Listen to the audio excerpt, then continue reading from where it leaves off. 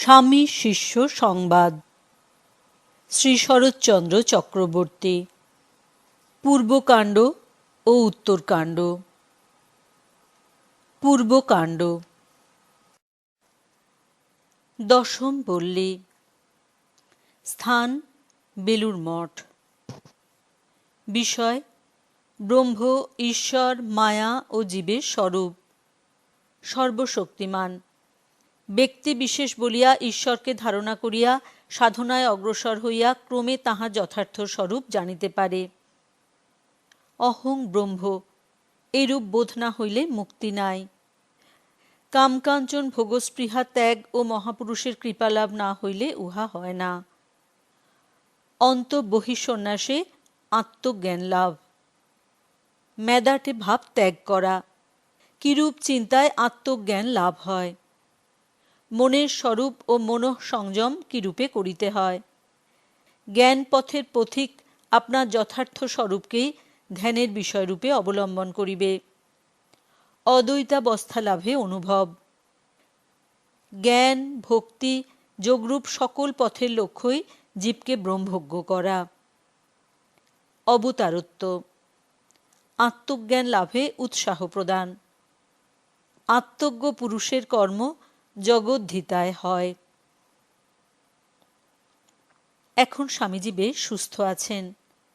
শিষ্য রবিবার প্রাতে মঠে আসিয়াছে। স্বামীজির পাদপদ্ম দর্শনান্তে সে নিচে আসিয়া স্বামী নির্মলানন্দের সহিত বেদান্ত শাস্ত্রের আলোচনা করিতেছে।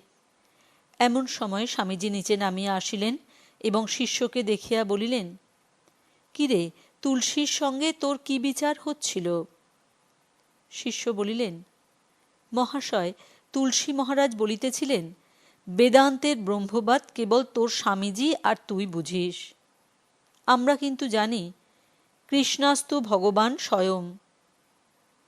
স্বামীজি বলিলেন, তুই কি বললি? শিষ্য বলিলেন, আমি বলিলাম, এক আত্মাই সত্য। কৃষ্ণ ব্রহ্মজ্ঞ পুরুষ ছিলেন মাত্র। তুলসী মহারাজ ভিতরে বেদান্তবাদী, বাইরে কিন্তু দ্বৈতবাদীর পক্ষ লইয়া তর্ক করেন। ঈশ্বরকে ব্যক্তিবিশেষ বলিয়া কথা অবতারণা করিয়া ক্রমে বেদান্তবাদের ভিত্তি সুদৃঢ় প্রমাণিত করাই তাহার অভিপ্রায় বলিয়া মনে হয়। কিন্তু উনি আমায় বৈষ্ণব বলিলেই আমি ওই কথা ভুলিয়া যাই এবং তাহার সহিত তর্কে লাগিয়া যাই। স্বামীজি বলিলেন, তুলসী তোকে ভালোবাসে কিনা তাই ওইরূপ বলে তোকে খেপায়। তুই চটবি কেন? তুইও বলবি আপনি শূন্যবাদী নাস্তিক। শিষ্য বলিলেন, মহাশয়, উপনিষদ দর্শনাদিতে ঈশ্বর যে শক্তিমান ব্যক্তিবিশেষ এ কথা আছে কি? লোকে কিন্তু ঐরূপ ঈশ্বরে বিশ্বাসবান। স্বামীজি বলিলেন, সর্বেশ্বর কখনো ব্যক্তিবিশেষ হতে পারে না।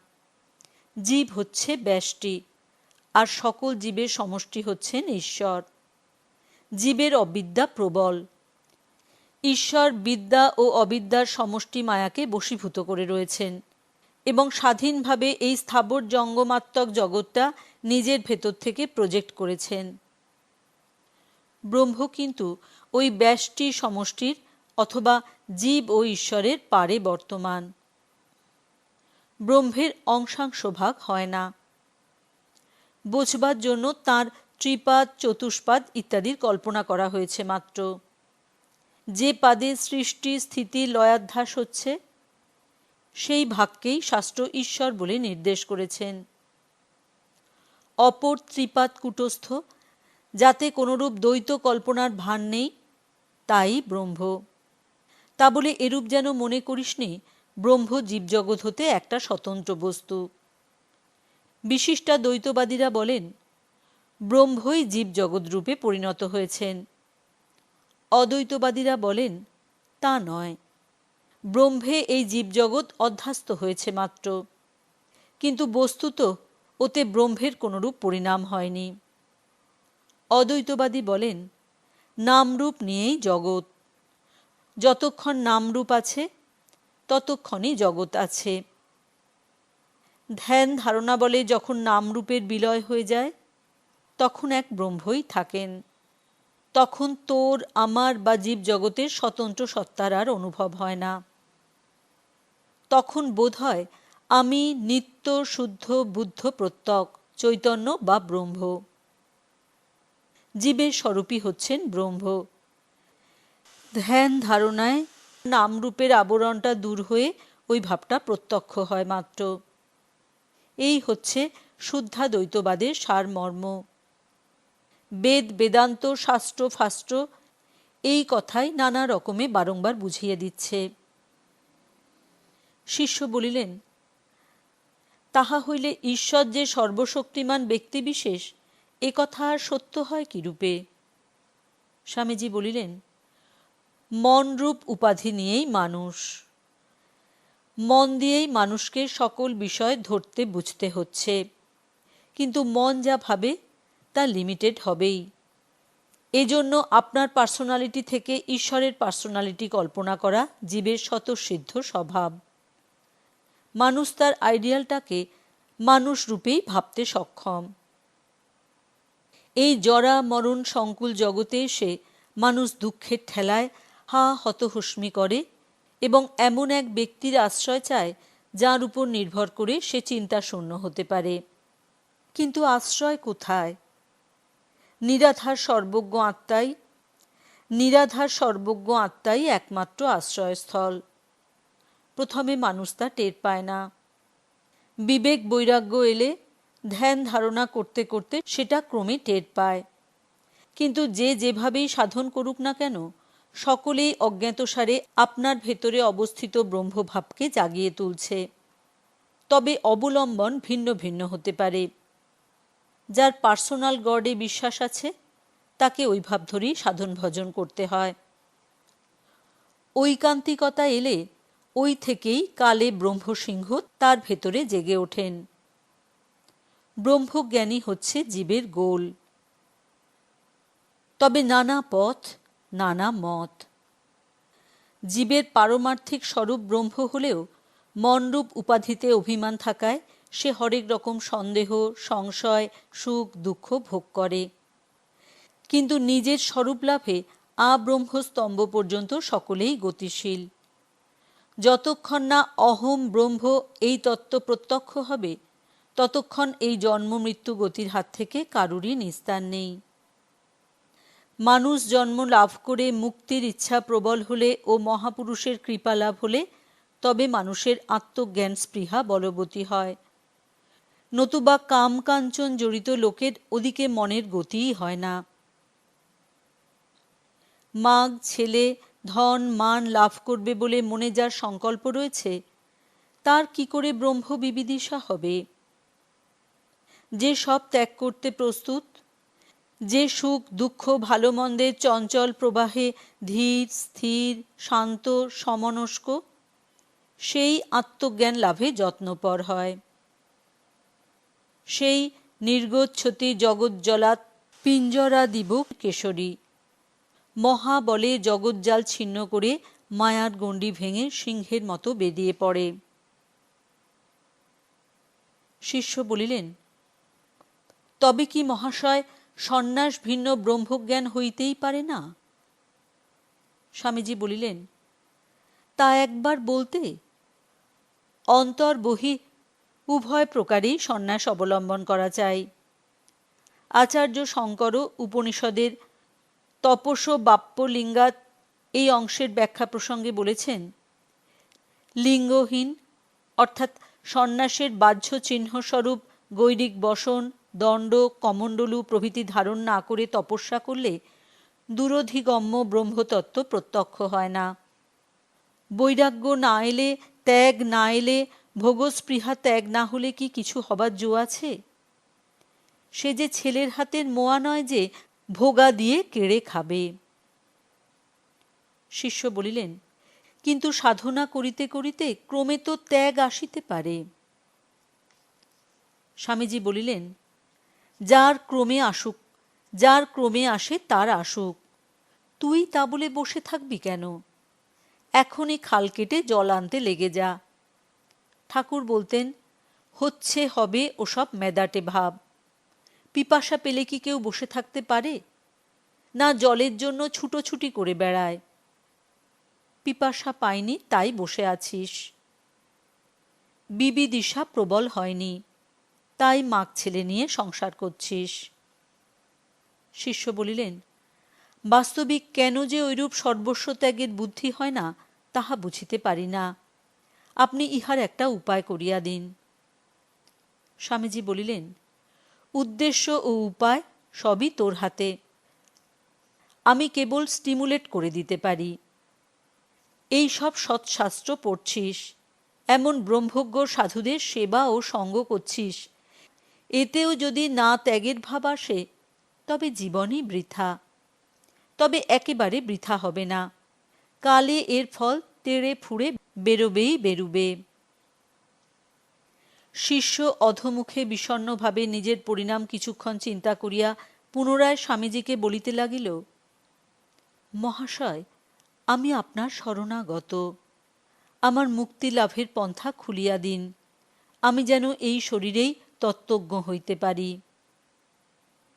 স্বামীজি শিষ্যের অবসন্নতা দর্শন করিয়া বলিলেন, ভয় কি, সর্বদা বিচার করবি।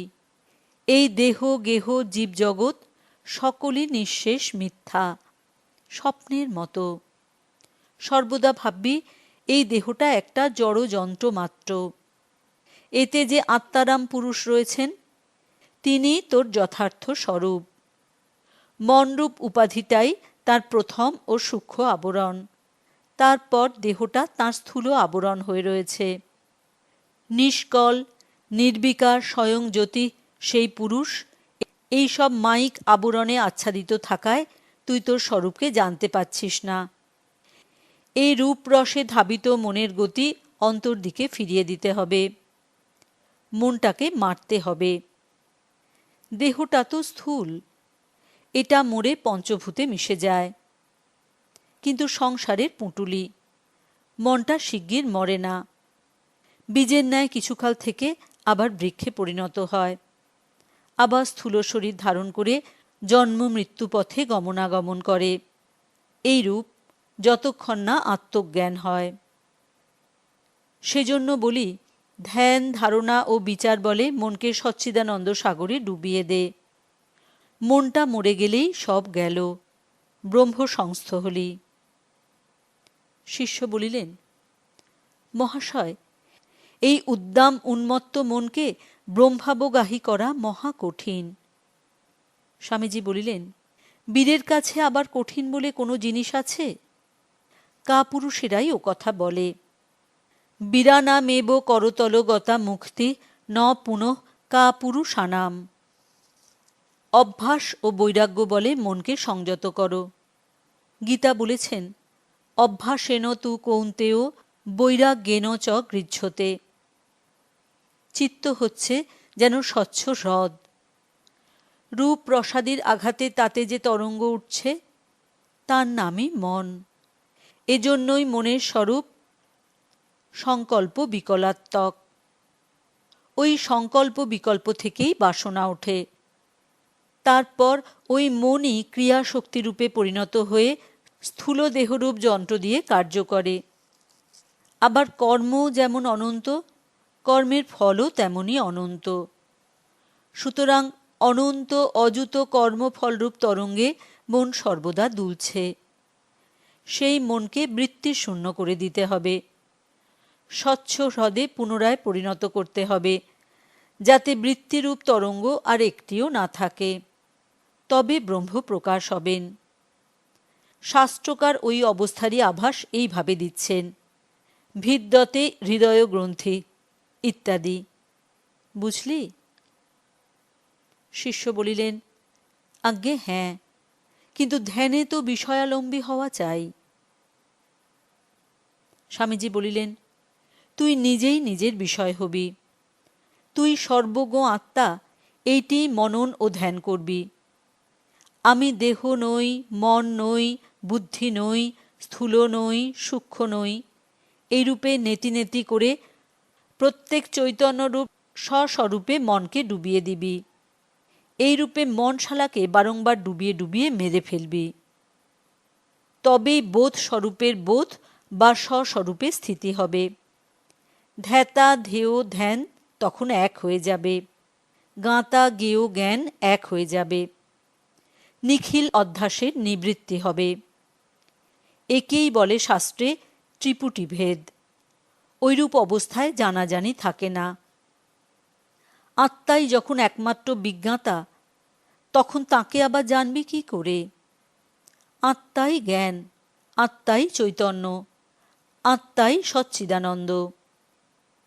যাকে সৎ বা অসৎ কিছুই বলে নির্দেশ করা যায় না, সেই অনির্বচনীয়া মায়াশক্তি প্রভাবেই জীবরূপী ব্রহ্মের ভিতরে জ্ঞাতা জ্ঞেয় জ্ঞানের ভাবটা এসেছে। এটাকেই সাধারণ মানুষ কনসিয়াস স্টেজ বলে। আর যেখানে এই দ্বৈত সংঘাত নিরাবিল ব্রহ্মতত্ত্বে এক হয়ে যায়, তাকে শাস্ত্র সুপার কনসিয়াস স্টেজ বলে এই রূপে বর্ণনা করেছেন। স্থিমিত সলিল রাশি প্রক্ষমাক্ষা বিহীনম। কথাগুলি স্বামীজি যেন ব্রহ্মানুভবের অগাধ জলে ডুবিয়া যাইয়াই বলিতে লাগিলেন। স্বামীজি বলিলেন, এই জ্ঞাতা জ্ঞেয় বা জানাজানি ভাব থেকেই দর্শন, শাস্ত্র, বিজ্ঞান সব বেরিয়েছে। কিন্তু মানব মনের কোনো ভাব বা ভাষা জানাজানির পারের বস্তুকে সম্পূর্ণরূপে প্রকাশ করতে পারছে না। দর্শন বিজ্ঞানাদি পার্সাল ট্রুথ। উহারা সেই জন্য পরমার্থ তত্ত্বের সম্পূর্ণ এক্সপ্রেশন কখনোই হতে পারে না। এই জন্য পরমার্থের দিক দিয়ে দেখলে সবই মিথ্যা বলে বোধ হয়। ধর্ম মিথ্যা, কর্ম মিথ্যা, আমি মিথ্যা, তুই মিথ্যা, জগৎ মিথ্যা। তখনই দেখে যে আমিই সব, আমিই সর্বগত আত্মা, আমার প্রমাণ আমি। আমার অস্তিত্বের প্রমাণের জন্য আবার প্রমাণান্তরের অপেক্ষা কোথায়? আমি, শাস্ত্রে যেমন বলে নিত্যমস্মৎ প্রসিদ্ধম, আমি ওই অবস্থা সত্য সত্যই দেখেছি, অনুভূতি করেছি। তোরাও দেখ, অনুভূতি কর, আর জীবকে এই ব্রহ্মতত্ত্ব শোনাগে, তবে তো শান্তি পাবি।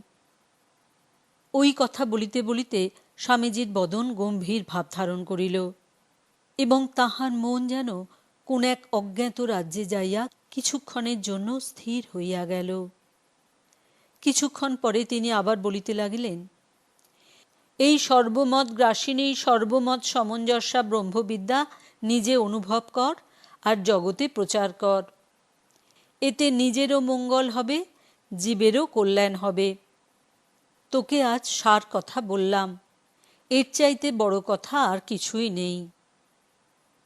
শিষ্য বলিলেন, মহাশয়, আপনি এখন জ্ঞানের কথা বলিতেছেন, আবার কখনো বা ভক্তির, কখনো কর্মের এবং কখনো যোগের প্রাধান্য কীর্তন করেন।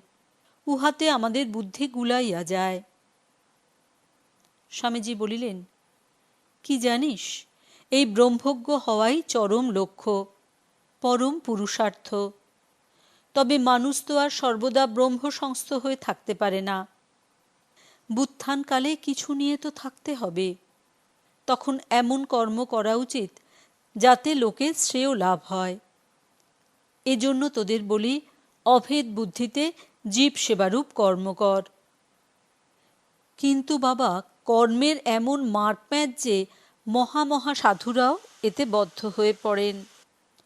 সেই জন্য ফলাকাঙ্ক্ষাহীন হয়ে কর্ম করতে হয়।